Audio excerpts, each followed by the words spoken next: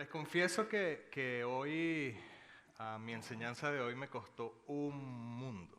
De verdad que, no sé, creo que es la primera vez que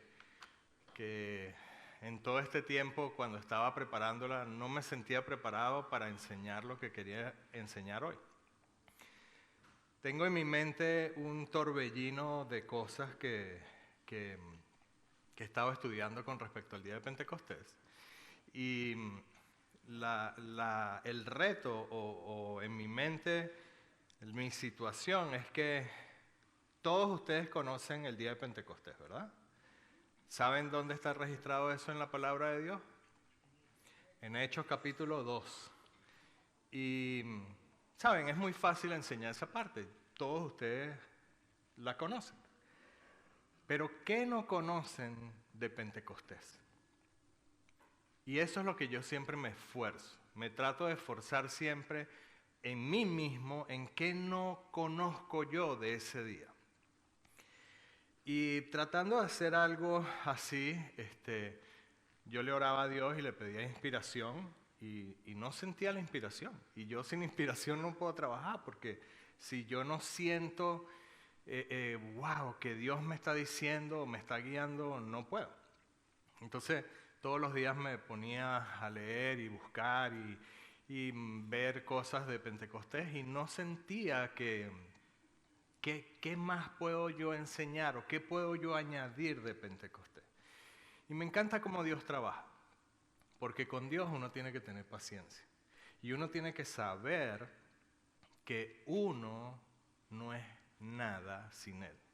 No depende de lo que yo conozca, no depende de mi sabiduría. No depende del conocimiento que tengamos o que creamos tener de la palabra de Dios. Se trata de ser humilde a Dios y de escuchar a Dios de qué más me puede enseñar. Y entonces el día de Pentecostés es un día muy especial para todos nosotros. Y por supuesto que, como les dije, todos nosotros conocemos en Hechos, en el capítulo 2, lo que ocurrió. Y dice en Hechos 2:1. Que cuando llegó el día de Pentecostés estaban todos unánimes juntos, refiriéndose a quiénes todos, a los 12 apóstoles. Junto con ellos también había un grupo de personas que conocieron a Jesucristo, que eran discípulos de Jesucristo, o sea que había un número de personas con ellos, pero los 12 apóstoles estaban unánimes juntos a la espera de algo que Jesucristo les había mandado. ¿Se acuerdan? Jesucristo en la ascensión les dio una orden, digámoslo así. Le dijo, vayan a Jerusalén y esperen allí, esperen allí. Entonces ellos dicen que estaban todos unánimes juntos, y en el versículo 2 dice, y de repente vino del cielo un estruendo como de un viento recio que soplaba, el cual llenó toda la casa donde estaban sentados. Y se les aparecieron, ¿qué dice? Ok. Ahí fue donde hizo el clic en mi corazón cuando estaba tratando de hacer esto. Porque siempre estudiando este pasaje, ok, lenguas repartidas como de fuego. Pero ¿por qué Dios quiso que aparecieran lenguas repartidas como de fuego? Porque eso fue un milagro. Para uno, imagínense ustedes que estemos aquí y aparezcan lenguas repartidas como de fuego y imagínense llamitas, unas llamas, no sé, unas fogatas. Y ahora esas llamas aparezcan aquí y estamos todo este grupo de gente acá, pero esas 12 llamas se aparezcan y se posen solamente arriba de 12 personas. ¿Por qué Dios hizo eso? Dice, asentándose sobre cada uno de ellos. Y dice, ¿y fueron todos qué? Llenos del Espíritu Santo y comenzaron a hablar en otras lenguas. ¿Según qué? Según el Espíritu les daba que hablasen. Entonces ustedes ahorita oyeron lo que es las manifestaciones del hablar en lengua. En ese momento los discípulos, la manifestación de hablar en lenguas fue lenguas conocidas por otros, pero desconocidas para ellos. Porque en ese momento en Jerusalén se encontraban reunidos gran multitud de judíos de muchas nacionalidades. ¿Por qué ustedes creen que los judíos estaban reunidos en Jerusalén para esa fecha? Por la fiesta. ¿Cuál fiesta? ¿Y por qué iban a la fiesta?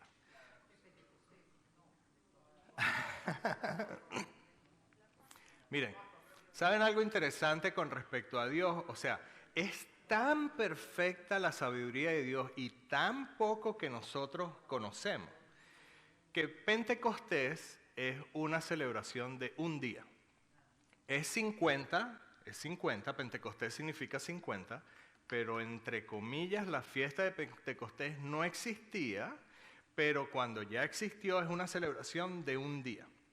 Ahora, del momento en que Jesucristo muere y resucita al tercer día, hasta el momento de Pentecostés, la palabra de Dios dice que tenían que pasar 7 veces 7. O sea, 7 por 7, 49 días. Y después del término de esos 49 días, ¿qué día viene? El 50, Pentecostés. Ahora, justo con la Pascua, Dios había establecido ciertas fiestas. Pero ya me estoy adelantando a mi enseñanza. Vamos a ver qué dice en Hechos. Vamos a ir a Efesios. Y en Efesios capítulo 3, versículo 2 dice: si es que habéis oído de la administración de la gracia, y saben que gracia ¿qué es? Favor divino, de Dios que me fue dada para con vosotros, y este es Pablo hablando, dice en el 4, leyendo lo cual podéis entender cuál sea mi conocimiento en el ¿qué? Misterio de Cristo. Misterio que en otras generaciones no se dio a conocer a los hijos de los hombres, como ahora es revelado a sus santos apóstoles y profetas. ¿Por quién? ¿Quién les reveló ese misterio? Bueno, esa palabra misterio es una pésima traducción, porque misterio es algo que uno no puede, ¿cómo es que se llama? Resolver, esa es la palabra, resolver. Hay un misterio que a mí me costó muchísimo tiempo resolver y le preguntaba a los sacerdotes y todo, el misterio de la Santísima Trinidad. Y yo no entendía eso. Hasta que un sacerdote me dijo algo que finalmente hizo sentido en mi mente. Es que es un misterio y los misterios no se pueden entender. Eso es lo que es un misterio. Un misterio es algo que uno no puede entender, así de sencillo. Por eso el misterio de la Santísima Trinidad, que no es ningún misterio, es algo un poco errado, digámoslo así, no se puede entender, porque no tiene explicación a algo que alguien inventó. Sin embargo, esta palabra misterio es la palabra griega mysterium, y creo que de ahí es que, por el parecido algo, dijeron que misterio. Pero fíjense que lo que dice ahí entre comillas, ¿lo leen? Cerrar, ¿qué? La boca. Es tan simple como me guardo algo, me reservo algo. Es un secreto.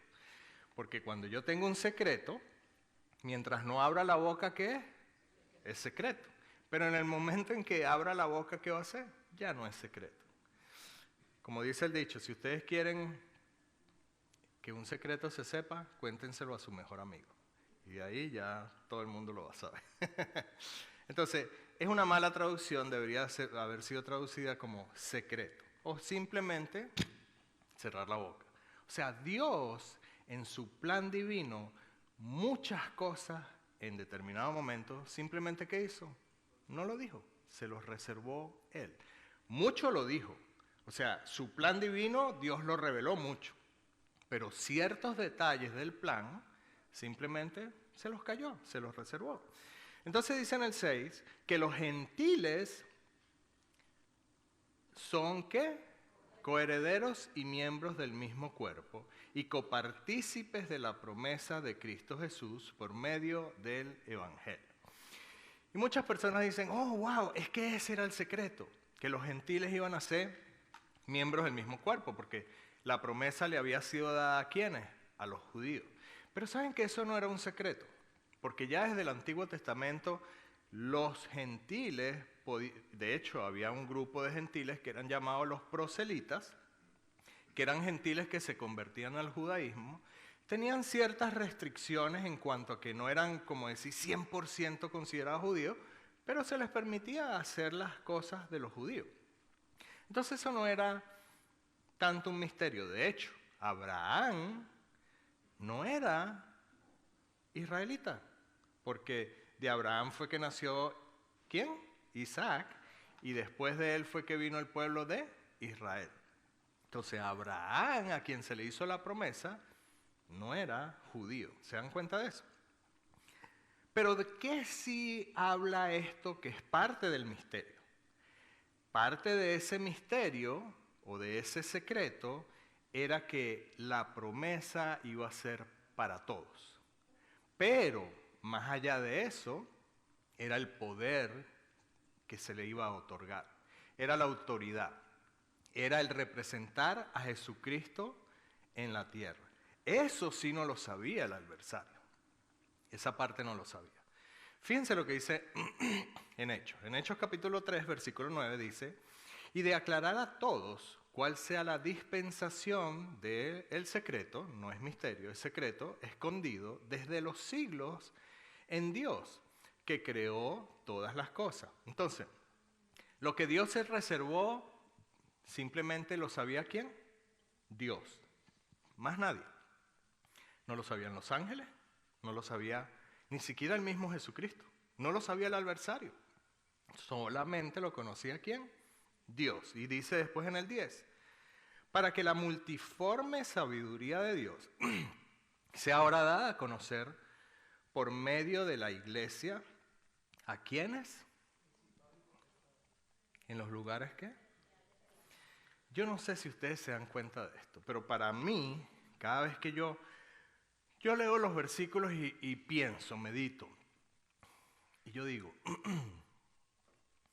la inteligencia de Dios es tan grande que ninguna otra inteligencia se le puede acercar, se le parece.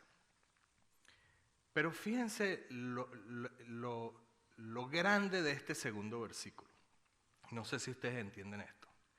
Los que van a dar a conocer eso, ese gran secreto que Dios tenía, ¿quiénes son? Nosotros. ¿Y a quiénes se lo vamos a dar a conocer? A los ángeles, principales, potestades. O sea, todo el ente espiritual desconocía esto y ahora lo van a conocer a través de ¿quiénes? De nosotros. De la autoridad que ahora nosotros tenemos. Imagínense eso. Que Dios preparó un plan divino en secreto que nos los dijo después a nosotros y ahora somos nosotros los que lo vamos a comunicar incluso a entes espirituales. ¿Qué quiero ver con esto? Vamos entonces a ir desglosando un poco lo ocurrido en ese día tan especial para nosotros y para Dios, como fue el día de Pentecostés. Pero quiero mostrarles también unas comparaciones o paralelismos que para mí son asombrosas.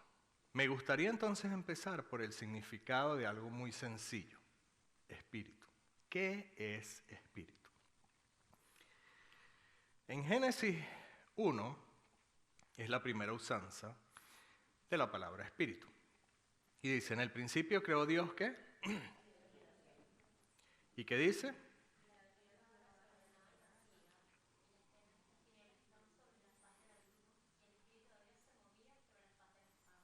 Ese es el primer uso de la palabra espíritu. Ahora, ¿qué es espíritu? ¿Y qué es el Espíritu de Dios? Es lo que la palabra establece como la presencia de Dios. La palabra hebrea para espíritu es, me perdonan mi pronunciación, pero vamos a ver si practico un poquito el hebreo. Raj. Al final como que si estuvieran aclarando la garganta. Raj. Así, esa es la palabra hebrea. Raj. Y algo en que todos los estudiosos de la Biblia coinciden es que espíritu es energía.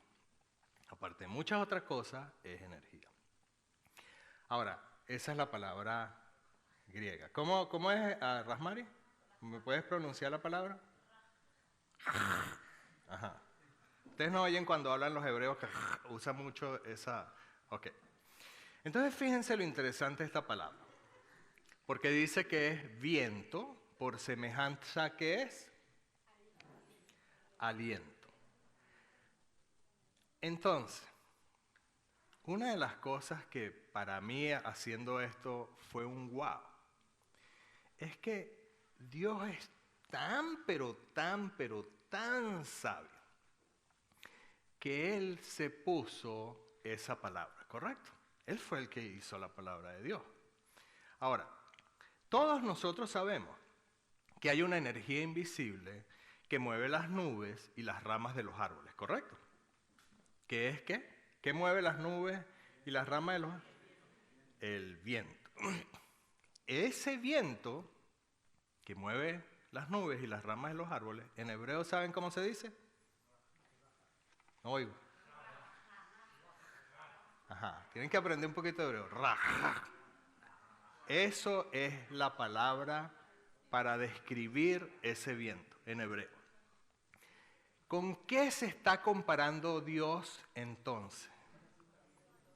Con el viento, ¿correcto? Vamos a estar claros. Ahora, ¿nosotros vemos el viento? Lo sientes, ¿verdad? Incluso puedes ver los efectos de la fuerza del viento, ¿correcto? Pero no lo vemos. ¿A Dios lo vemos? Pero podemos sentirlo.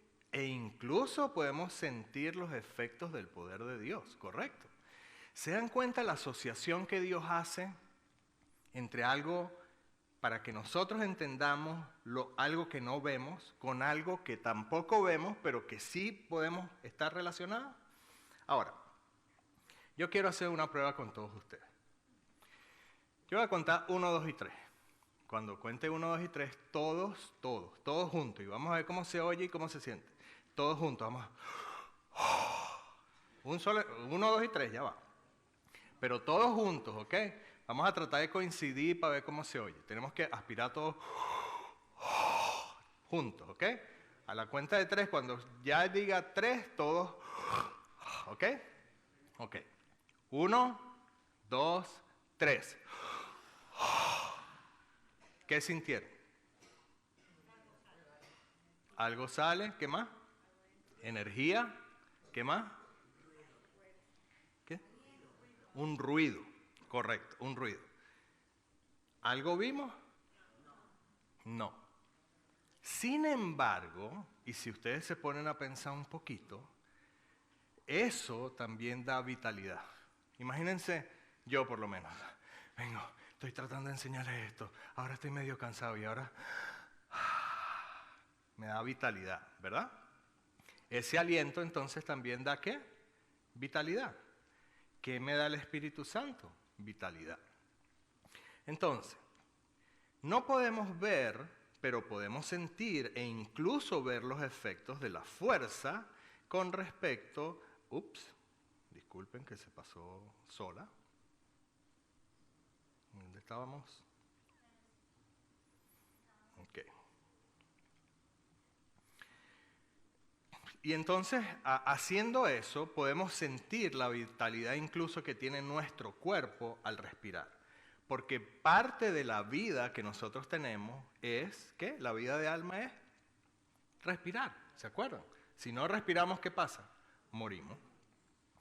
Esa es la palabra hebrea también descrita en la Biblia, y esa es la comparación de Dios para describir también su presencia física en la tierra. Esa palabra rajá. El viento es poderoso, pero Dios es aún más poderoso, y su aliento nos mantiene vivos. ¿Sabían eso? Que el aliento de Dios nos mantiene vivos. ¿Dónde dice eso? No solo de pan, sino de toda. Y para que salga palabra de la boca de Dios, ¿qué tiene que salir? Aliento, ¿verdad? La palabra de Dios es también su aliento. Y esa palabra nos mantiene a nosotros como vivos. Ese aliento de vida espiritual, ahora estoy hablando del aliento de vida espiritual, fue el que murió en Adán y en Eva el día de la transgresión o del pecado original. Dios a partir de ese momento organizó un plan divino, el cual en parte era un secreto que estaba reservado solo en Él.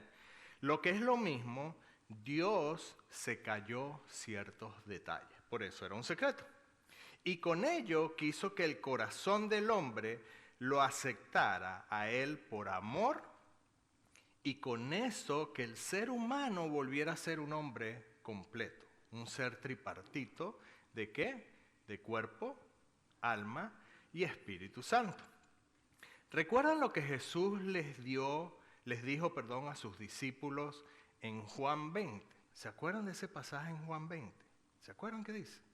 Juan 20 dice, y habiendo dicho esto, y eso fue previo a la ascensión, Él les estaba dando instrucción, ya estaba en su cuerpo resucitado, se le aparece a los discípulos y le dice a los discípulos dándole instrucción de lo que iba a venir, del Espíritu Santo. Y dice, y habiendo dicho esto, sopló y dijo, recibid el Espíritu Santo. Otra vuelta, relación de viento con la referencia a recibir ¿qué? El Espíritu Santo. Eso era la asociación que está ocurriendo desde Génesis 1:2, ¿se acuerdan? El Espíritu de Dios, y ahora Jesucristo diciéndole, van a recibir el Espíritu Santo y va a ser así, un viento. ¿Lo podemos ver? No lo podemos ver, pero lo podemos sentir, lo podemos sentir. Y aparte de eso, ese viento que ellos iban a recibir iba a llenarlos a ellos y otra vuelta iban a tener cuerpo, alma y ¿qué? Y Espíritu Santo. Entonces, hasta ahora vemos que hay ciertamente una conexión entre el Espíritu Santo y el aliento y el aire, ¿correcto? ¿La ven? ¿Alguno de ustedes tiene una duda con respecto a eso? ¿Seguro? Ok. El sueño de Dios entonces era tener una familia por decisión individual de cada uno de nosotros. Y eso precisamente fue lo que ocurrió el día de Pentecostés. El día de Pentecostés completó el propósito de las edades. ¿Se acuerdan? Nosotros somos la iglesia, el propósito de las edades. ¿Y saben cuáles son los versículos claves del propósito de las edades? ¿Se acuerdan? Están en Efesios. Efesios capítulo 1 y en el versículo 3 dice, bendito sea el Dios y Padre de nuestro Señor Jesucristo, que nos bendijo con toda bendición espiritual en los lugares celestiales en Cristo. Ok, entonces Dios nos bendijo a todos nosotros con toda, absolutamente toda bendición espiritual. ¿En dónde? En los lugares celestiales en Cristo. Versículo 4. Según nos escogió en él antes de la fundación del mundo, para que cuando fuésemos santos y ¿Para sin qué mancha, fuésemos? Para que fuésemos santos y sin mancha delante de él.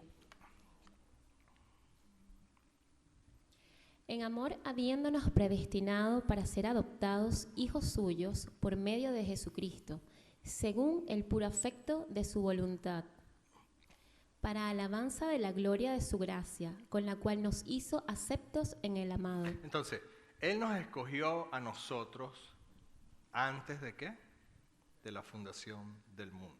Ahora, mucha gente no entiende esta parte y yo sé que para muchos de ustedes quizás hasta hoy en día no la van a terminar de entender. Lleva tiempo, lleva estudio, lleva comprensión, pero no es que Dios me escogió a mí, Emilio, antes de la fundación del mundo. ¿Emilio existía antes de la fundación del mundo? No, Emilio no existía. Dios sabe cosas a futuro, claro que sabe cosas a futuro. Pero ¿qué ocurre? Está hablando de que nos escogió a nosotros los hombres. Y cuando digo hombres, y en mi enseñanza quiero mostrarles algo muy bueno a las chicas, a las mujeres. No sé cómo explicarles esto. El culpable de la muerte espiritual del ser humano fue el hombre, no la mujer. El culpable de que eso ocurriera fue el hombre, no la mujer. De allí el esfuerzo en reivindicar a el género hombre tenía que venir de el hombre, no de la mujer. No porque Dios discriminara a la mujer, sino porque el culpable original fue un hombre. Dios escoge al hombre, hombre-mujer, género, o sea, Él no escogió a los delfines, Él no escogió a los perros, Él no escogió a los elefantes, Él no escogió a las jirafas. Él quería tener una familia y una familia de un ser que racionara, con raciocinio. Esa es la diferencia. Y hay un versículo, creo que lo tengo más adelante, que demuestra eso. Que él quería que fuera un ser racional, que por su libre albedrío lo amara y lo escogiera a él. Entonces, el propósito de Dios desde el principio era tener una familia que lo amara, que lo buscara, que entendiera el gran amor que él sentía por estas personas y que fuera recíproco. Esa fue su elección, eso fue lo que él escogió desde el principio. Y esa familia no se concretó sino hasta el día de Pentecostés. Entonces, dicho esto, creo que es importante también tener en cuenta lo que Dios requería que hicieran los hombres del pueblo de Israel. Y quiero que entiendan eso, porque las mujeres pueden decir a este punto, bueno, pero ¿saben qué? O sea, wow, es que todo era para los hombres. Bueno, fíjense en esto. En Deuteronomio 16:16 dice: 3 veces cada año aparecerá todo varón tuyo delante de Jehová, tu Dios, en el lugar que él escogiere, en la fiesta solemne de los panes sin levadura, y en la fiesta solemne de las semanas, y en la fiesta solemne de los tabernáculos, y ninguno se presentará delante de Jehová con las manos vacías. Esto es importante. Y quiero que vayan viendo esto, porque dije vamos a ir desglosando. Entonces habían 3 fiestas en donde cada varón, ¿verdad? Ahora sí está hablando de cada hombre masculino, ¿ok? Cada varón se tenía que presentar sin excepción 3 veces durante cada año. ¿A dónde? Al lugar que Jehová escogiese. ¿Se acuerdan de eso? Ahí lo dice, ¿no? Fíjense lo que dice en Deuteronomios 16:13. La fiesta solemne de los tabernáculos harás por 7 días, cuando hayas hecho la cosecha de tu era y de tu lagar. Ok, 3 fiestas, las cuales conocemos como la fiesta que comenzaba justo después de la Pascua. La Pascua era el sacrificio del Cordero. Terminaba el sacrificio del Cordero y justo en el atardecer después del sacrificio comenzaba la primera fiesta. Y de ahí eran continuas. La fiesta de los panes sin levadura era una semana, después venía la fiesta de los solemnes de las semanas, que eran esas 49 semanas, o sea, que se tenían que cumplir toda esa serie de cosas. Después cayó el día de Pentecostés y después venía otra fiesta. Durante esa fiesta, todo hombre tenía que presentarse ante Dios en el lugar que él escogiera.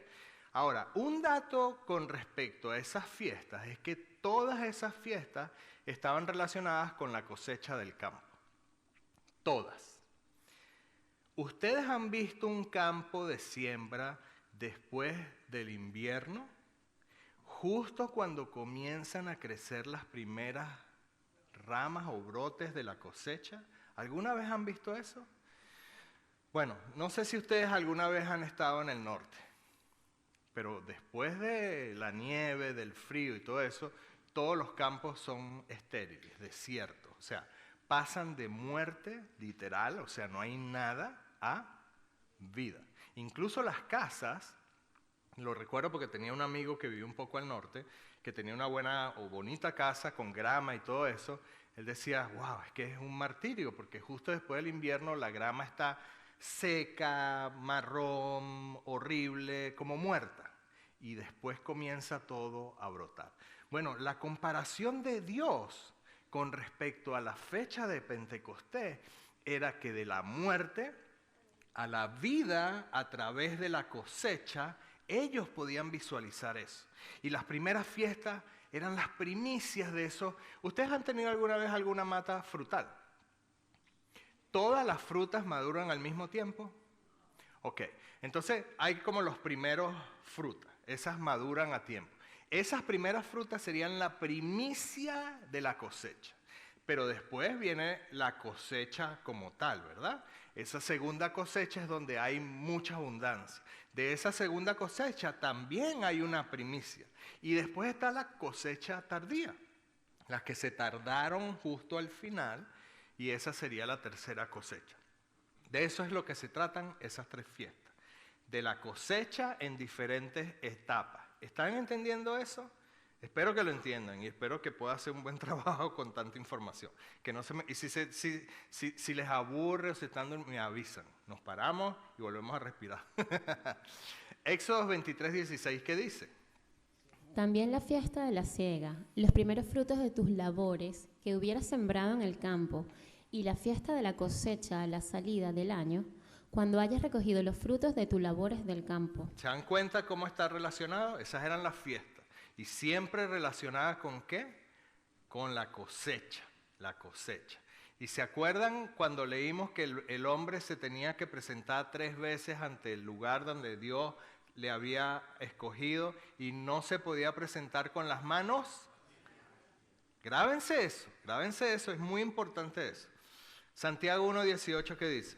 Él, de su voluntad, nos hizo nacer por la palabra de verdad, para que seamos primicias de sus criaturas. ¿Qué nos hizo nacer? La palabra de verdad. Y la palabra de Dios dice, no solo de pan vivirá el hombre, sino de toda palabra que sale de su boca, ¿correcto? Dice que nos hizo nacer por la palabra de verdad. ¿Cuál es esa palabra? ¿Cuáles eran las nuevas? ¿Se acuerdan? Jesucristo eran las nuevas, las buenas nuevas.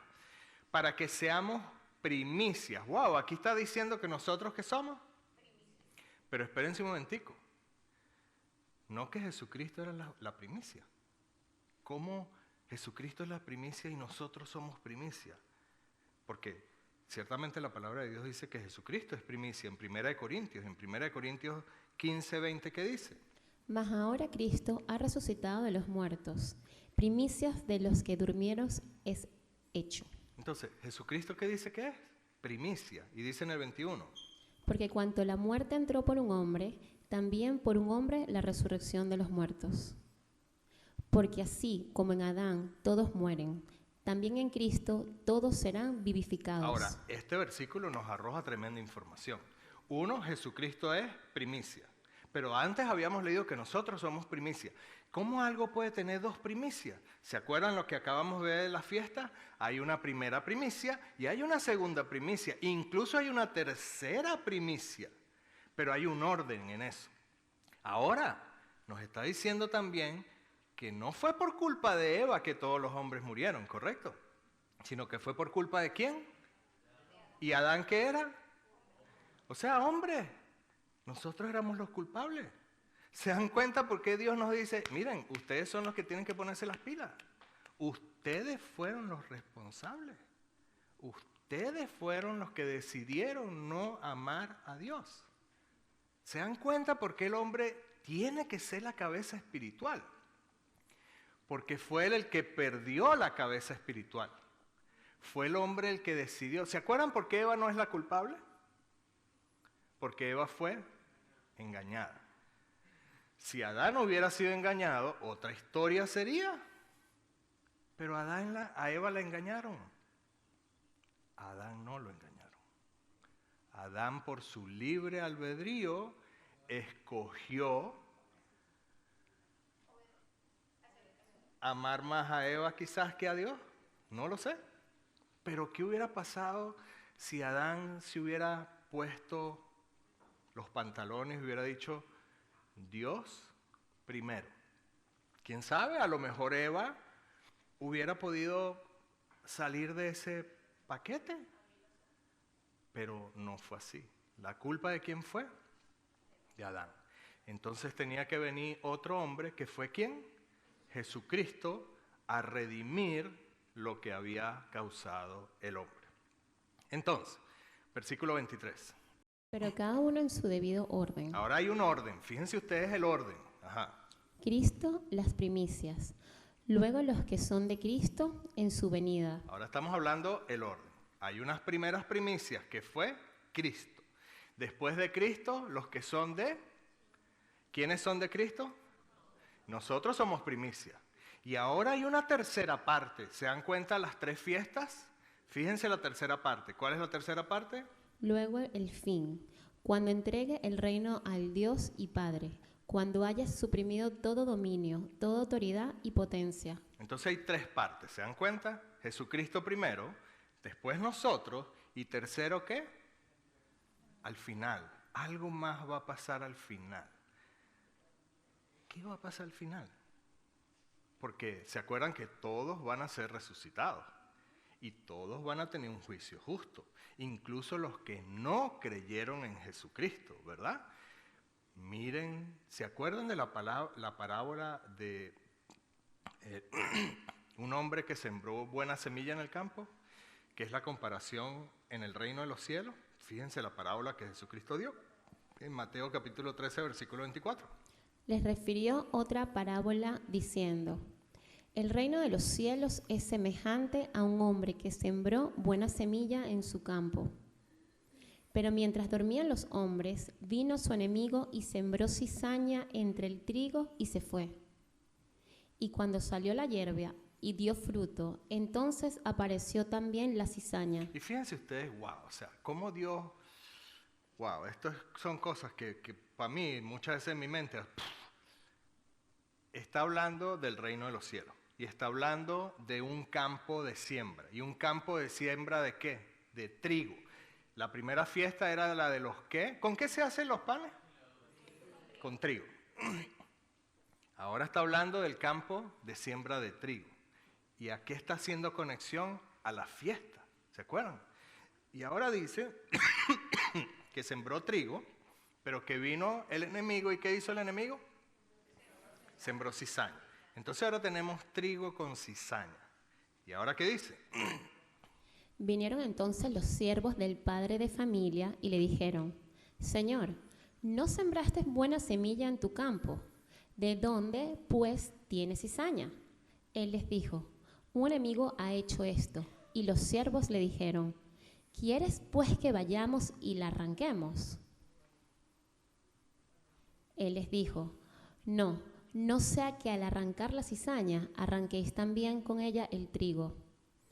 Dejad crecer juntamente lo uno y lo otro hasta la siega, y al tiempo de la siega yo diré a los segadores, recoged primero la cizaña y atadla en manojos para quemarla, pero recoged el trigo en mi granero. Ok, entonces ahora tenemos esta parábola que está directamente relacionada con el reino de los cielos. Está en el mundo el trigo. ¿Quiénes son el trigo? Y está la... ¿Quién es la cizaña? Y ahora vienen los segadores. Y ahora nosotros, en un abrir y cerrar de ojos, ¿qué pasa? Nos vamos al cielo. Y ahora queda la cizaña. Y la cizaña va a ser recolectada. Y esa cizaña que no sirve, ¿qué va a pasar? Va a ser echada en el fuego. Ahora tenemos otra figura. ¿Se acuerdan lenguas repartidas como de fuego? Fuego. Ahora, la sabiduría de Dios excede a cualquier sabiduría. Y hasta ahora, con el estudio profundo de la palabra, nos asombramos de la perfección del plan divino diseñado por Dios para nosotros. Pero aún así, la misma palabra nos dice que ahora mismo, con todo lo que podamos estudiar la palabra de Dios y con todo el conocimiento que podamos adquirir de la palabra de Dios, solamente vamos a conocer una parte, en parte. O sea, imagínense el gran poder de sabiduría de Dios, la inteligencia, que miren, ni todos los hombres superinteligentes, ni todas las máquinas con inteligencia juntas, haciendo investigaciones y estudios, nunca van a poder llegar a lo que Dios sabe y a lo que Dios estableció. Ahora, miren lo que dice en 1 Corintios capítulo 2, versículo 6. Sin embargo, hablamos sabiduría entre los que han alcanzado madurez, y sabiduría no de este siglo, ni de los príncipes de este siglo que perecen. Mas hablamos sabiduría de Dios en misterio, la sabiduría oculta, la cual Dios predestinó antes de los siglos para nuestra gloria, la que ninguno de los príncipes de este siglo conoció, porque si la hubieran conocido, nunca habría crucificado al Señor de gloria. ¿Se dan cuenta? ¿Por qué Dios se guardó eso? Si el adversario lo hubiera conocido, nunca hubiera matado a Jesucristo. Tan simple como. Dios se lo guardó y dice en el 9. Antes bien, como está escrito, cosas que ojo no vio, ni oído oyó, ni han subido en corazón de hombre, son las que Dios ha preparado para los que le aman. Entonces, Dios preparó todos estos detalles, toda esa serie de cosas para nosotros de antemano, y nosotros no tenemos ni la menor idea de cómo funcionan las cosas. Incluso imagínense que ustedes sabían o no sabían parte de lo que les estoy diciendo ahorita, como lo del espíritu, el aire, toda esa serie de cosas. Imagínense que lo sabían. O imagínense que se están enterando ahorita. Aún así que ustedes digan, wow, hoy aprendí más. Y mañana van a aprender un poco más. Y pasado mañana van a aprender un poco más. Pero no importa todo lo que aprenden. Nunca nos comparamos con la sabiduría de Dios, con el conocimiento que tiene Dios. Entonces nosotros mismos, como dice en 2 de Corintios 5, dice, no que seamos competentes por nosotros mismos para pensar algo como de nosotros mismos. Miren, para yo preparar esta enseñanza, si yo me pongo a pensar en lo que yo sé, en lo que yo conozco de la Biblia, en lo que no conozco nada. Yo de lo que cada día estoy más seguro es que mientras más estudio la palabra de Dios, más me doy cuenta que no sé nada. O sea, con lo poquito me emociono y digo, wow, mira esto qué grande. Y aún así sé que no sé nada en comparación con lo que Dios ha planeado, con lo que Dios ha hecho, con lo que Dios sabe. Y que con lo poquito a uno se le erizan los pelos y dice, pero ¿cómo Dios hizo esto? Y las fiestas aquí, y eso se relaciona con la venida de Jesucristo, con la ascensión de nosotros, con el tiempo final, y no lo sabíamos. Y aún así eso es nada en comparación con lo que Dios sabe. Y dice en el 6, el cual asimismo nos hizo ministros competentes. ¿Quién nos hace a nosotros competentes? En otras palabras, Ricardo, ¿quieres hacer una reunión en tu casa de creyentes? Pero tú te sientes competente. Dios te hace competente. ¿Se dan cuenta de eso? Muchas veces uno dice, es que yo no estoy preparado, es que yo no puedo, es que, ¿sabe? ¿Cómo yo voy a enseñar la palabra de Dios? Pero es que ¿quién me hace a mí competente? Es Dios. Si simplemente hago una cosa, si confío en Dios. Entonces, el cual nos hizo ministros competentes de un nuevo pacto. ¿Cuál es ese nuevo pacto? Y de hecho, si hay un nuevo pacto es porque antes había ¿qué? Otro pacto. ¿Cuál es el nuevo pacto y cuál es el otro pacto? ¿Cuál era ese pacto? ¿Cuál era el primer pacto o el pacto anterior? La ley, wow. Me sorprenden, si es verdad, era la ley.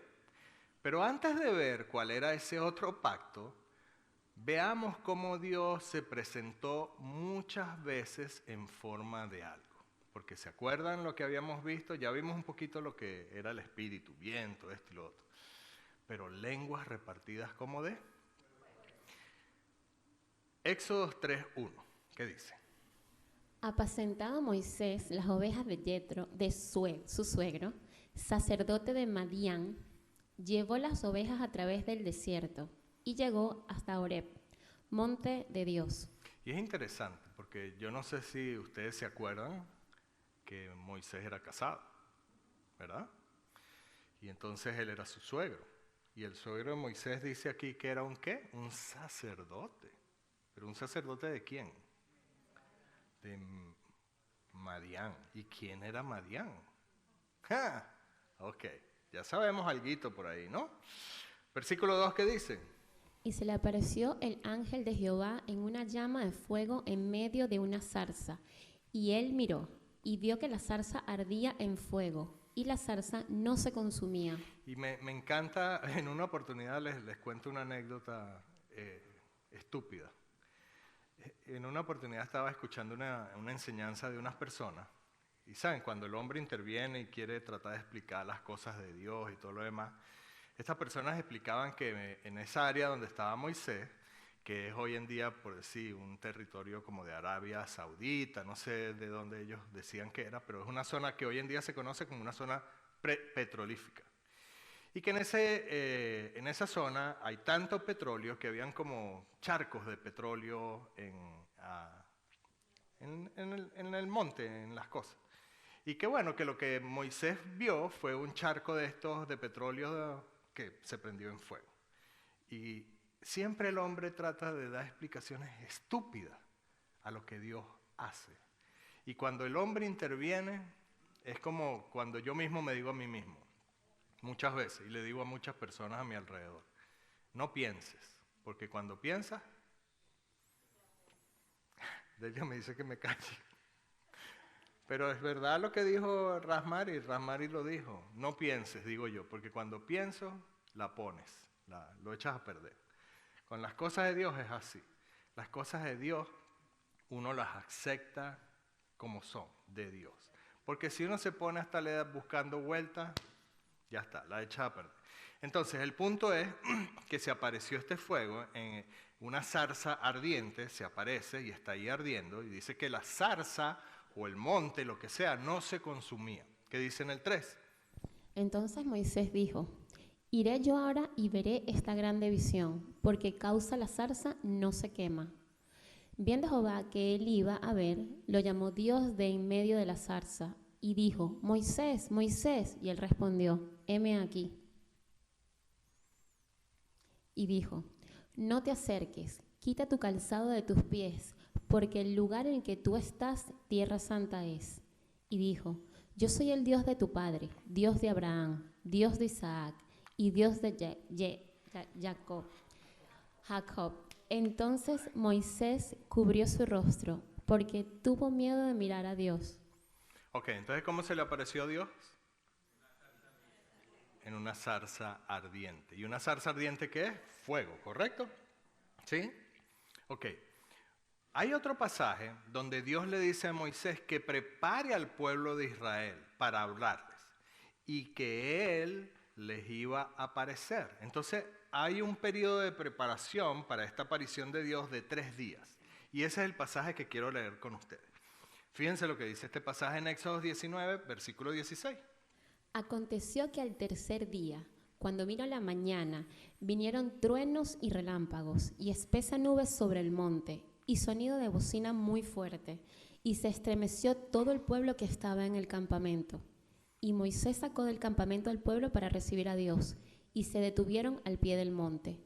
Todo el monte Sinaí humeaba, porque Jehová había descendido sobre él el fuego, y el humo subía como el humo de un horno, y todo el monte se estremecía en gran manera.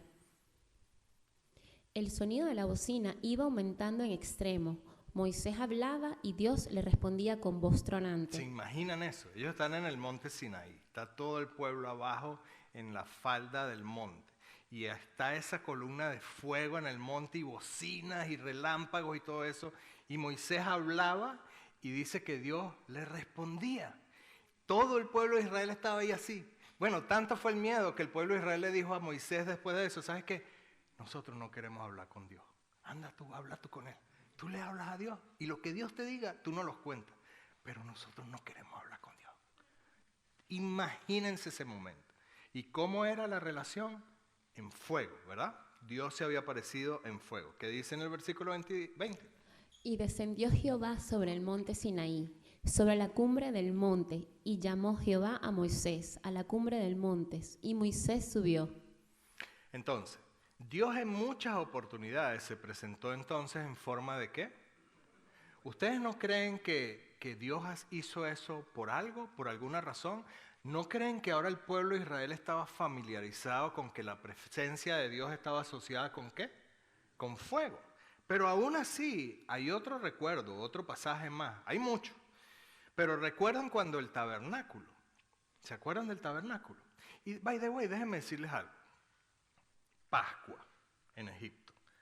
Termina la Pascua y ellos ahora salen de Egipto a la tierra prometida. En ese andar de la tierra prometida, Pascua, y ahora salen en busca de una tierra prometida, y en el interín se consiguen con la ley y esta serie de cosas, y todo lo que iban a ser las fiestas. Y fíjense que cuando leímos eso en Éxodo, que Éxodo es la caminata hacia la tierra prometida, dice que el lugar que Dios escogiera, porque todavía no había escogido un lugar, todavía ellos no habían llegado a Jerusalén. El punto es que la relación entre las fiestas, la salvación, el día de Pentecostés, la caminata del pueblo a la tierra prometida, el tiempo. ¿Cuánto tiempo estuvieron ellos? 40 años. Y Jesucristo, ¿se acuerdan que estuvo después del bautizo en un monte 40 días y 40 noches siendo tentado por el adversario? Y ellos no fueron tentados en el desierto por el adversario para que renegaran de Dios en búsqueda de la tierra prometida. Toda esa enseñanza increíble es lo que Dios nos ha tratado de mostrar todo este tiempo para que nosotros aprendamos a ese andar a llegar ¿a qué? A la tierra prometida. Nosotros nos ofrecieron una tierra prometida, ¿verdad? ¿Cuánto tiempo hemos pasado? Bueno, yo no he cumplido los 40, o sea que me falta un poquito. Pero estamos en camino a la tierra prometida, ¿correcto?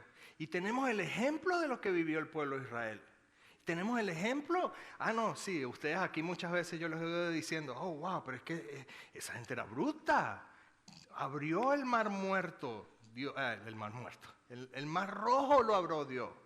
Ellos vieron, ellos pasaron en seco y 3 días después estaban renegando de Dios. Sí, porque nosotros no lo hacemos. Ustedes no han visto nunca el poder de Dios en sus vidas y 3 días después se olvidan de eso y reniegan de Dios o renegamos de Dios. Todos lo hacemos. Entonces, vamos a ver eso y después tomamos un break, ¿les parece? Fíjense este pasaje. Éxodo 13:21. Dice, y Jehová iba delante de ellos de día en una columna de nube para guiarlos por el camino y de noche en una columna de fuego para alumbrarles, a fin de que anduviesen de día y de noche. Dice en Deuteronomio 4:10, el día que estuvisteis delante de Jehová, tu Dios en Herob, cuando Jehová me dijo, reúneme el pueblo para que yo les haga oír mis palabras, las cuales aprenderán para temerme todos los días que vivieran sobre la tierra, y les enseñarán a sus hijos, y os sacaré. Y os acercasteis y os pusisteis al pie del monte, y el monte ardía en fuego hasta en medio de los cielos con tinieblas, nubes y oscuridad. Y habló Jehová con vosotros de en medio del fuego. Oísteis la voz de sus palabras, mas a excepción de oír la voz, ninguna figura visteis. O sea que ellos escucharon la voz, pero no había figura. Vieron el fuego, pero no había figura. Versículo 13. Y él os anunció su pacto, el cual os mandó poner por obra los 10 mandamientos y los escribió en 2 tablas de piedra. ¿Cuál era el pacto? La ley, los mandamientos, ¿se acuerdan? Ok, versículo 14. Y a mí también me mandó Jehová en aquel tiempo que os enseñase los estatutos y juicios, para que los pusiese por obra en la tierra a la cual pasáis a tomar posesión de ella. Entonces, estaba ese primer pacto para que ellos llegaran ¿a qué? A la tierra prometida. Y tenían que cumplir las leyes y los estatutos para que les fuera como bien. Ahora, con respecto al tabernáculo. En Éxodo 40:38, ¿qué dice? Porque la nube de Jehová estaba de día sobre el tabernáculo, y el fuego estaba de noche sobre él, a vista de toda la casa de Israel, en todas sus jornadas. O sea, todos ellos podían ver ¿qué? El fuego que representaba ¿qué? La presencia de Jehová. ¿Qué dicen Números? El día que el tabernáculo fue erigido, la nube cubrió el tabernáculo sobre la tienda del testimonio, y a la tarde había sobre el tabernáculo como una apariencia de fuego hasta la mañana. Así era continuamente. La nube lo cubría de día y de noche la apariencia de fuego. Ahora, ¿qué representaba el tabernáculo? Justo donde estaba el arca. ¿Qué representaba? Ahí era donde Dios aparecía, ¿verdad? Ahí era donde entraba una vez al año el sumo sacerdote a escuchar de Dios. Pero, ¿qué relación hay en eso con nosotros? ¿Saben que hoy en día yo creo que el arca nunca iba a aparecer? Porque se imaginan si todavía esa arca existiera, cómo idolatraran el que la tuviera, lo que pensarían las personas que la tienen, o el país que la tenga, que tienen a Dios, que no sé.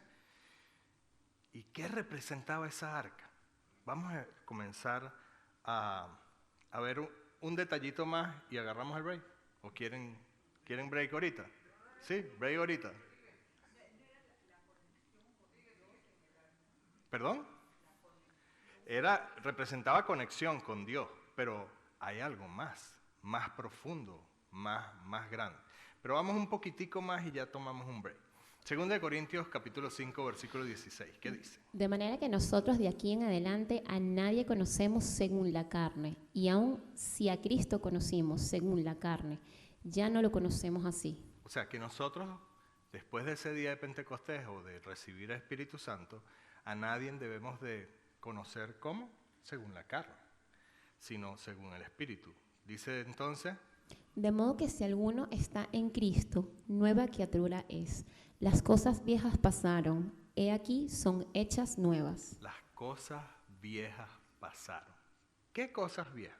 Saben que yo siempre pensé, bueno, las cosas viejas también parte de mi vida. Mi vida pasada pasó, ya pasó. Y eso es en parte verdad, pero no solamente eso. Las cosas viejas pasaron. ¿Qué es viejo también? La ley pasó. Todas esas cosas viejas pasaron. El arca pasó. El arca de la alianza pasó. Esa ya no está. Ya no nos corresponde.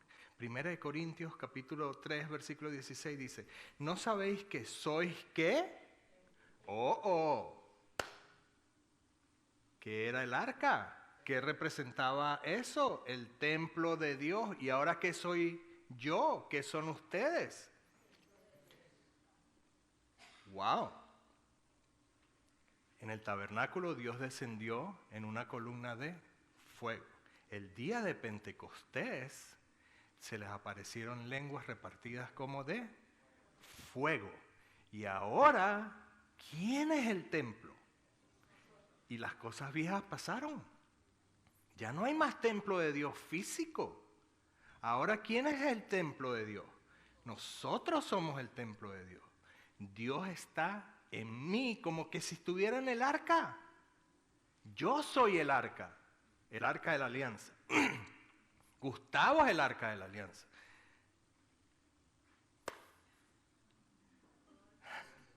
Rodolfo que quiere el break y me está viendo, es el arca de Dios.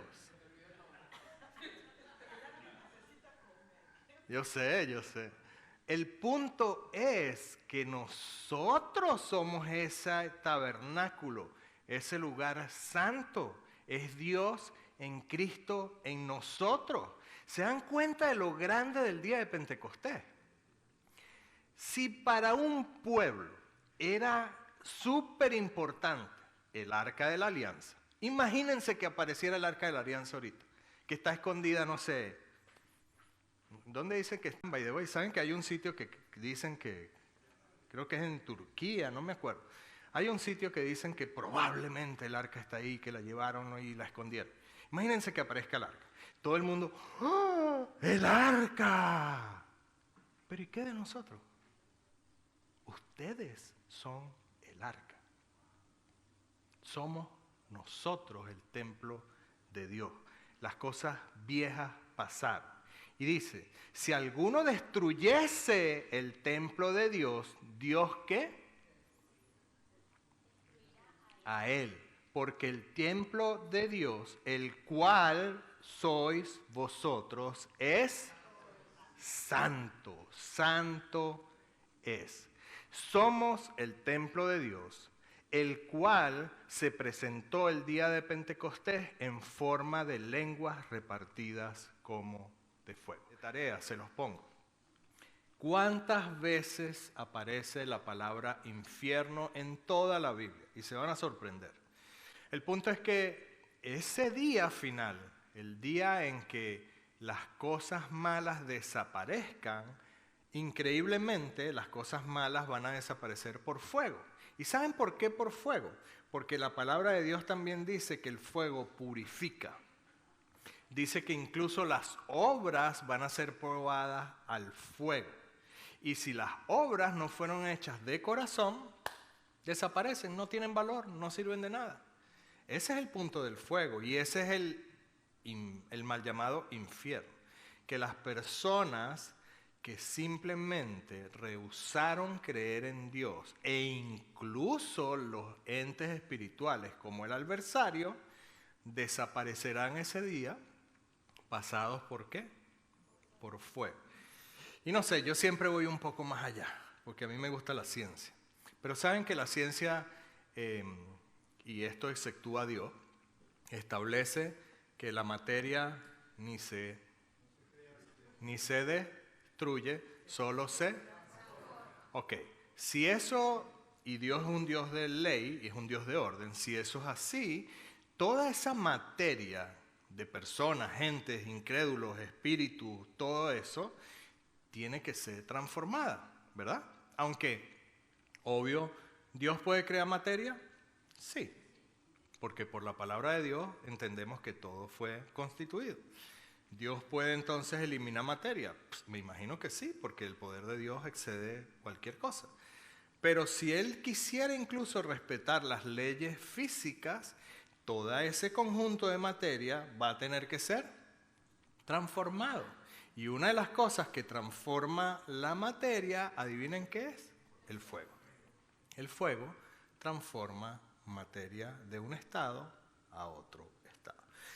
El punto es que, bueno, sabemos entonces la relación de fuego con Dios, ¿verdad? Sabemos que nosotros ahora somos el templo de Dios.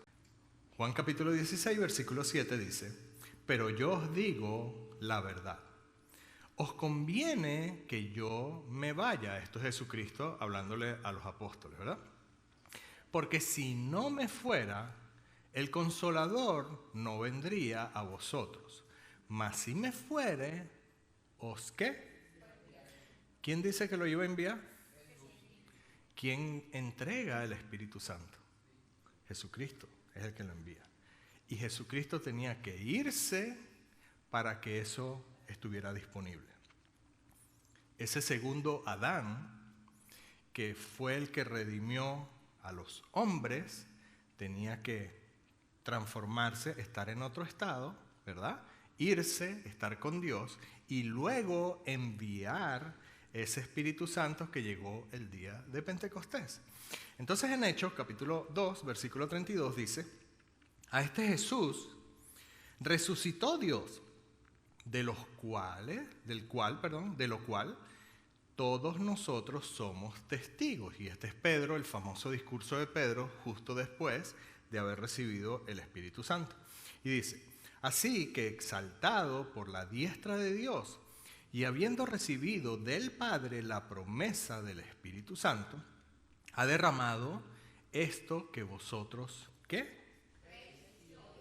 Ok, nosotros podemos ver y oír el Espíritu Santo.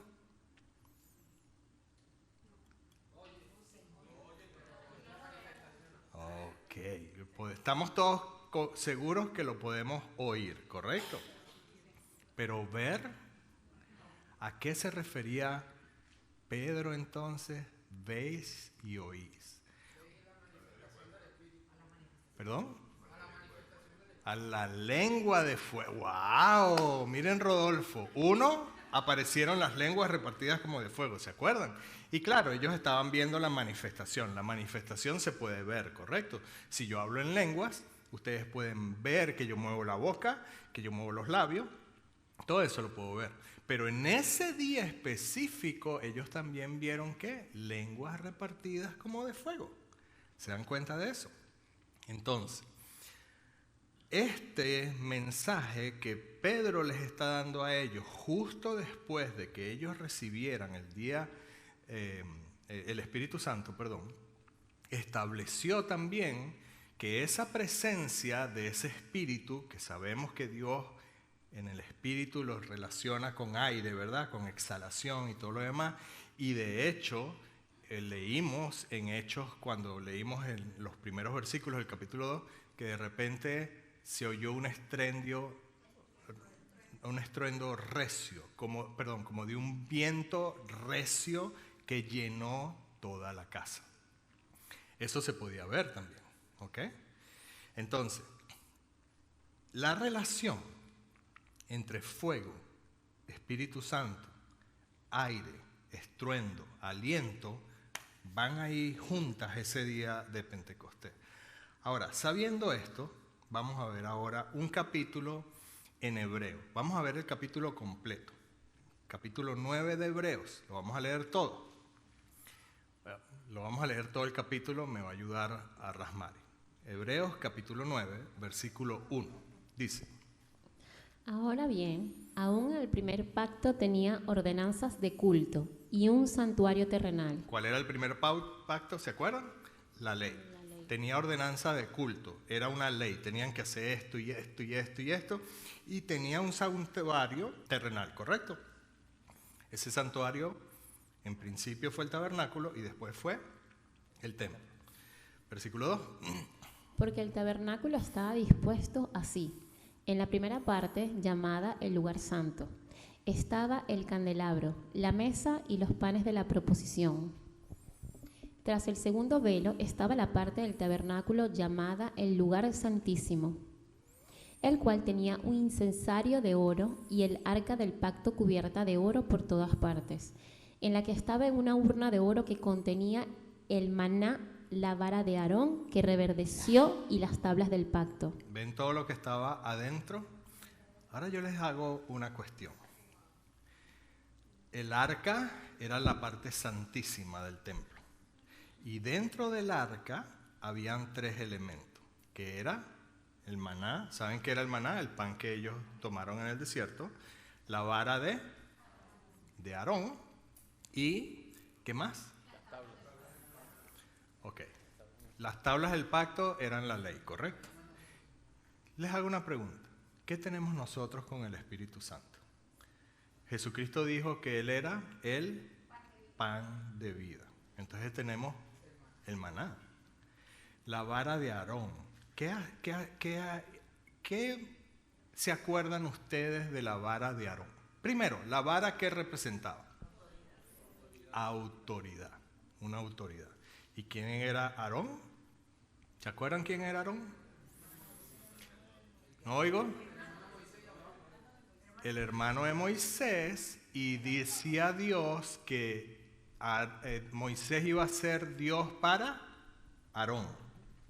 En otras palabras, Dios le hablaba a Moisés, Moisés le hablaba a Aarón, ¿y Aarón a quién le hablaba? Ok, y entonces tenemos la vara de Aarón que reverdeció.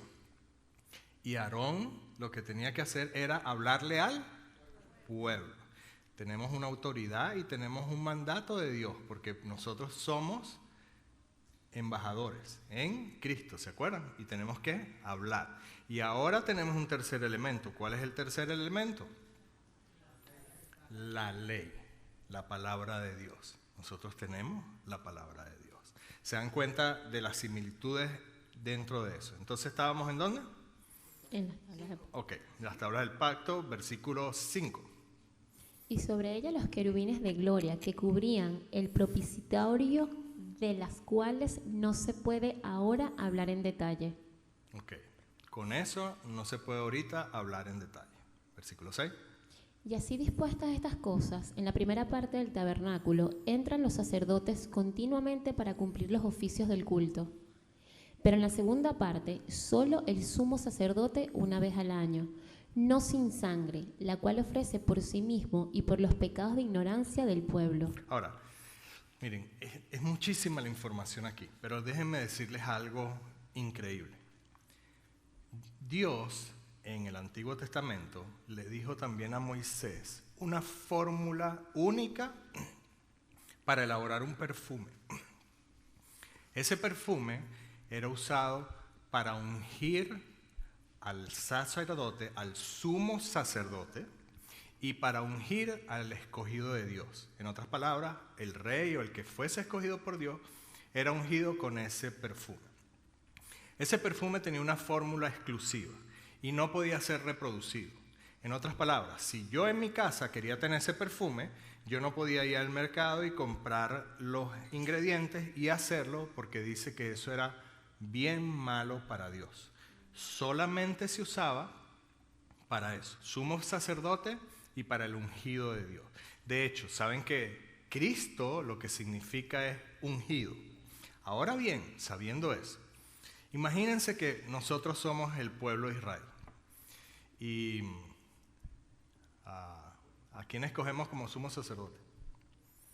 Wow, ya lo escogieron ahí. Entonces, Gerson es el sumo sacerdote. Ahora, Gerson siempre tenía que andar ungido de ese perfume. Nunca más se iba a oler algo diferente en Gerson que no fuera ese perfume. Ahora Gerson entraba aquí. ¿Qué iban a oler ustedes? Ese perfume.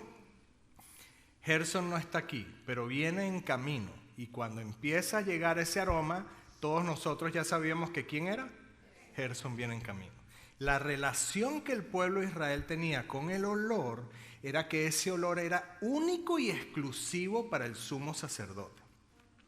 De manera que podía ser reconocido a mucha distancia el sumo sacerdote simplemente apreciando el olor. Y ese olor yo no lo podía percibir en mi casa, por más que me agradara o lo que sea, no podía ser esa forma. Ese olor fragante del sacerdote entraba una vez al año a la presencia de Dios. Y para Dios eso era olor fragante. Y el pueblo de Israel entendía ahora que a la quema de incienso del sumo sacerdote, las oraciones del pueblo subían a Dios en olor fragante. Jesucristo, que fue el ungido de Dios, subió al cielo y dice que para Dios fue un sacrificio en olor fragante. Por consiguiente, nuestras oraciones no tienen estorbo, porque todo lo que pidiéremos al Padre en el nombre de Jesucristo, Él nos oye. ¿Se dan cuenta de cómo todo va calzando como un rompecabezas? Continuamos en el versículo 8. Dando al Espíritu Santo a entender con esto que aún no se había manifestado el camino al lugar santísimo, entre tanto que la primera parte del tabernáculo estuviese en pie. Entonces, mientras la primera parte del tabernáculo existiera, no había entrada a la segunda parte. Versículo 9. Lo cual es símbolo para el tiempo presente, según el cual se presentan ofrendas y sacrificios que no pueden hacer perfecto, en cuanto a la conciencia al que practica ese culto, ya que consiste solo de comidas y bebidas, de diversas abluciones y ordenanzas acerca de la carne, impuestas hasta el tiempo de reformar las cosas. Pero estando ya presente Cristo, sumo sacerdote de los bienes venideros, por el más amplio y más perfecto tabernáculo, no hecho de manos, es decir, no de esta creación, y no por sangre de machos cabríos ni de becerros, sino por su propia sangre, entró una vez para siempre en el lugar santísimo, habiendo obtenido eterna redención. Porque si la sangre de los toros y de los machos cabríos y las cenizas de las becerras rociadas a los inmundos santifican para la purificación de la carne, cuanto más la sangre de Cristo, el cual mediante el Espíritu Eterno se ofreció a sí mismo sin mancha a Dios, limpiará vuestras conciencias de obras muertas para que sirváis al Dios vivo. Así que, por eso es mediador de nuevo pacto, para que interviniendo muerte para la remisión de las transgresiones que había bajo el primer pacto, los llamados reciban la promesa de la herencia eterna. Los llamados. ¿Y quiénes son los llamados? Cada uno de nosotros. Y ahora dice en el 16. Porque donde hay testamento es necesario que intervenga muerte del testador. O sea, había una promesa y para que esa promesa, que es un testamento, se cumpliera, tenía que morir ¿quién? El testador, en este caso Jesucristo. Y ese era el camino abierto a la presencia de Dios. Versículo 17. Porque el testamento con la muerte se confirma, pues no es válido entre tanto que el testador vive. O sea que mientras Jesucristo estaba, ¿se acuerda que Jesucristo le dijo, es necesario que yo me vaya para que el Consolador venga? Eso es lo que está diciendo este pasaje. Él tenía que irse, morir, para que ahora entrara en vigencia el testamento. Versículo 18. De donde ni aún el primer pacto fue instituido sin sangre. Porque habiendo anunciado Moisés todos los mandamientos de la ley a todo el pueblo, tomó la sangre de los becerros y de los machos cabríos, con agua, lana escarlata e hisopo, y roció el mismo libro y también a todo el pueblo, diciendo, esta es la sangre del pacto que Dios os ha mandado. Y además de esto, sonrió también con la sangre roció también con la sangre el tabernáculo y todos los vasos del ministerio. Y casi todo es purificado, según la ley, con sangre, y sin derramamiento de sangre no se hace remisión. Sin derramamiento de sangre no había remisión. Y por eso eran los machos cabríos. ¿Por qué los machos cabríos? Porque los machos cabríos, en su sangre no había ese pecado, digámoslo así, que el hombre sí tenía en la sangre. Entonces, un ser inocente tenía que morir en lugar del pecador. Versículo 23. Fue, pues, necesario que las figuras de las cosas celestiales fuesen purificadas así, pero las cosas celestiales mismas, con mejores sacrificios que estos. Porque no entró Cristo en el santuario hecho de mano, figura del verdadero, sino en el cielo mismo para presentarse ahora por nosotros ante Dios. O sea que Jesucristo se presentó ante Dios por nosotros. Y dice en el 25. Y no para ofrecerse muchas veces, como entra el sumo sacerdote en el lugar santísimo cada año con sangre ajena. De otra manera le hubiera sido necesario padecer muchas veces desde el principio del mundo. Pero ahora, en la consumación de los siglos, se presentó una vez para siempre por el sacrificio de sí mismo para quitar los pecados. Para quitar de en medio los pecados. Y de la manera que está establecido para los hombres que mueran una sola vez, y después de esto el juicio. Así también fue ofrecido una sola vez para llevar los pecados de muchos, y aparecerá por segunda vez, sin relación con el pecado, para salvar a los que le esperan. Ok. Su primera venida apareció y se presentó a Dios, ante Dios, por todos nosotros. Y dice que aparecerá ¿qué? Una segunda vez para salvar a los que en Él esperan. ¿Nosotros estamos esperando en Él?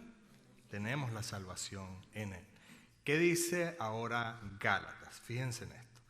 Gálatas capítulo 3 versículo 24 dice, de manera que la ley ha sido nuestro ayo. ¿Saben lo que es ayo? ¿Qué es ayo? Ok. Nuestra guía, para llevarnos a Cristo, a fin de que fuésemos justificados por la fe. Pero, venida la fe, ya no estamos bajo ayo, ya no estamos bajo la ley. Pues todos somos hijos de Dios por la fe de Cristo, no por la fe mía, ni por la fe de cada uno de ustedes, por la fe de Cristo. Porque todos los que habéis sido bautizados en Cristo, de Cristo estáis revestidos. Ya no hay judío ni griego, no hay esclavo ni libre, no hay ¿qué? No hay varón ni mujer. ¡Wow! No sé si se dan cuenta de eso. Pero hasta este punto el hombre era el que se tenía que esforzar y demostrar y hacer la cabeza familiar, la cabeza espiritual, esto y lo otro. Pero con el Espíritu Santo dice que ya no hay distinción entre el hombre y la mujer. Porque ahora, como estuvimos desde el principio, como estuvieron desde el principio Adán y Eva, ahora el hombre y la mujer son un ser tripartito de cuerpo, alma y espíritu. ¿Se acuerdan que antes era, y el hombre se tiene que presentar 3 veces, y las fiestas y todo, y ahora con el Espíritu Santo dice, no hay hombre ni mujer, no hay griego ni judío, no hay esclavo ni libre, todos somos exactamente iguales delante de Dios, ¿a través de quién? De Cristo Jesús. Versículo 29. Y si vosotros sois de Cristo, ciertamente linaje de Abraham sois y herederos según la promesa. O sea que la promesa que Dios le hizo a Abraham se cumple ahora en nosotros, no siendo judíos. Y ahora con eso sabemos que en Hechos 1:8, pero recibiréis poder cuando haya venido sobre vosotros el Espíritu Santo. Y me seréis testigos en Jerusalén, en toda Judea, en Samaria y hasta lo último de la tierra. Jesucristo les dijo esto a los apóstoles, que nosotros, los que creemos en Él, íbamos a ser ¿qué? Testigos hasta lo último de la tierra. Ahora, llegará el día en que vamos a estar frente a Dios, donde cada uno de nosotros debe de presentarse ante Dios. ¿Se acuerdan? Como las fiestas. ¿Y qué le pidió a Dios a cada hombre cuando se presentara ante Él? Que no tuvieran las manos vacías. No nos presentemos nosotros ese día ante Dios con las manos vacías. ¿Qué creen ustedes que Dios quiere que nos presentemos entonces con qué? Sin pecado, ya no lo tenemos. Jesucristo nos libró del pecado. ¿Qué primicias? ¿Qué creen ustedes que Dios quiere que le llevemos? Gente, personas. Si somos testigos, ¿qué tenemos que llevar? ¿Cuáles son las primicias? ¿De qué estamos hablando? El reino, el sembradío, las cosas. Gente, señores, gente. Nosotros somos testigos, tenemos Espíritu Santo, somos el santuario. No nos presentemos ante Dios con las manos vacías. Hablemos la palabra, cumplamos nuestro ministerio, llevemos gente a la presencia de Dios. Y Dios nos va a premiar por cada una de esas cosas. Dios los bendiga.